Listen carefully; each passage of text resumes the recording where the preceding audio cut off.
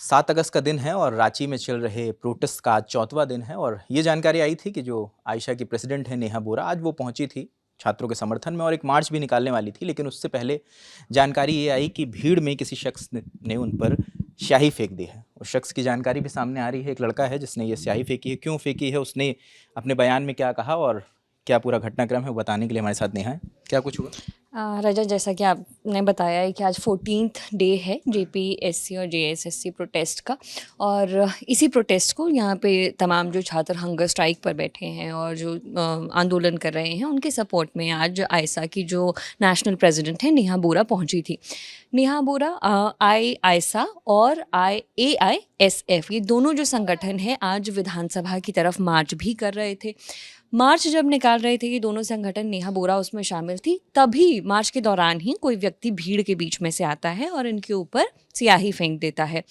जैसे ही इन पर स्याही फेंकी जाती है तो तमाम जो इनके साथ स्टूडेंट्स थे, इनके साथ जो प्रोटेस्टर्स थे, उन्होंने उस व्यक्ति को घेर लिया, उसकी पिटाई की और उसके बाद उसे पुलिस को सौंप दिया गया। पुलिस जब उसको पकड़ कर ले जा रही है तब भी उस व्यक्ति के जो विजुअल्स हैं वो हमारे सामने आए हैं। जब नेहा बोरा पर वो स्याही फेंक रहा था तो अब तक जो डिटेल्स आ रही है उसमें ये बताया जा रहा है कि वो लगातार ये कह रहा था कि नेहा बोरा एंटी नेशनल है। इस तरह की बातें वो कर रहा था और ज़्यादा वो कुछ कह नहीं पाया क्योंकि एकदम से फिर पुलिस वहाँ पर पहुँच गई और उसे वहाँ से लेकर जाया गया।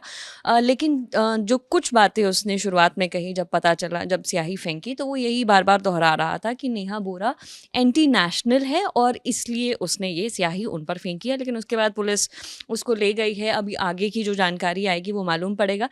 लेकिन इसके बाद नेहा बोरा का भी बयान सामने आया है मीडिया से और स्टूडेंट से। उन्होंने उसके बाद बात की है जिसमें वो कह रही है कि CJP प्रोटेस्ट का वो जिक्र कर रही हैं। उसमें उन्होंने कहा कि 20 जुलाई को हम पर पैलेट गन्स चलाई गई थी, हम पर आंसू गैस के गोले दागे गए थे, लाठियां चलाई गई थी, हम स्टूडेंट्स तब नहीं डरे, तो इस मामूली सी स्याही से हम लोग क्या ही डरेंगे। उन्होंने ये तमाम जो उनके साथ ये घटना हुई है इसका पूरा आरोप उन्होंने एक बार फिर से RSS पर और BJP के उनका ये कहना है कि ये RSS और BJP के गुंडों का काम है, वो प्रोटेस्ट को रोकने की, दबाने की कोशिश कर रहे हैं और इसीलिए ये हरकत उनके द्वारा की गई है और इसीलिए ये स्याही जो है फेंकी गई है। उन्होंने आगे ये भी कहा कि इन तमाम चीज़ों से या इस तरह स्याही फेंकने से देश भर में जो स्टूडेंट्स का गुस्सा है, जो सैलाब एक उमड़ पड़ा है स्टूडेंट्स की तरफ से, आप उसको रोकने की अगर कोशिश कर रहे हैं तो आप नहीं कर पाएंगे।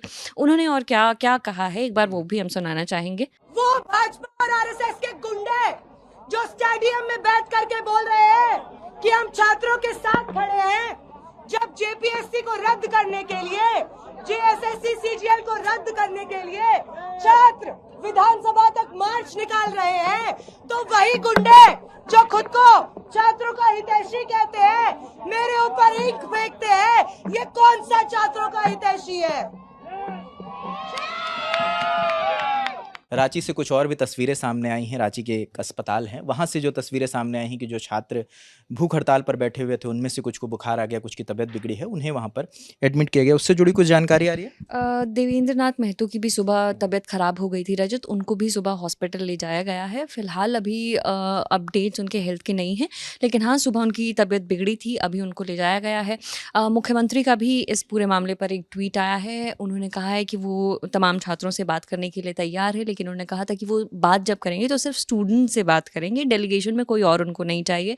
और फिर स्टूडेंट्स ने भी उसके बाद एक नया डेलीगेशन बनाने की बात कही थी। अब जो नया डेलीगेशन है वो भी बनकर तैयार हो गया, उसमें तमाम स्टूडेंट्स हैं और अब माना जा रहा है कि बातचीत जो है वो सफल इसके बाद हो पाएगी। इसमें मैं एक चीज़ और जोड़ देता हूँ कि जो उच्च शिक्षा मंत्री हैं झारखंड के, उनका भी अभी कुछ देर पहले बयान आया था। उनका कहना था कि जो छात्रों का डेलीगेशन, उसमें एक BJP के सदस्य को जोड़ा गया है। वो बाबूलाल मरांडी पे आरोप लगा रहे हैं कि अगर, क्योंकि बात सिर्फ छात्रों की होगी, जैसे नेहा ने जिक्र किया है कि सिर्फ हम छात्रों से बात करना चाहेंगे, हम किसी भी राजनीतिक दल के किसी भी सदस्य से हम बात नहीं करेंगे, तो ये ज़रूर बात हो रही है। पहले ये जानकारी आ रही थी कि हेमंत सोरेन डायरेक्ट छात्रों से बात करेंगे, उसके बाद ये जानकारी आई कि छात्रों का प्रतिनिधिमंडल जो सरकार की तरफ से अपॉइंट होगा, जिसे हेमंत सोरेन की तरफ से अपॉइंट किया गया है, जिसमें 4 कैबिनेट मंत्री हैं, जिसमें उच्च शिक्षा मंत्री भी शामिल हैं। पहले वो मंत्रिमंडल छात्रों से मुलाकात करेगा। अगर छात्र उनकी बात से नहीं सहमत होते तो फिर हेमंत सोरेन जो मुख्यमंत्री हैं झारखंड के, वो सामने आकर छात्रों से बात करेंगे। अभी तक का ऐसा कोई अपडेट नहीं आया है कि ये मुलाकात कहाँ पर होगी, कब होगी। वो जो अपडेट आता रहेगा वो हम आपको ज़रूर बताते रहेंगे। इस बातचीत पर जो आप भी सोचते हैं कमेंट सेक्शन में ज़रूर बताएं। इस बातचीत में हमारे साथ नेहा थी, कैमरे के पीछे शिवम है, मेरा नाम रजत है। देखते रहे ललन टॉक। शुक्रिया।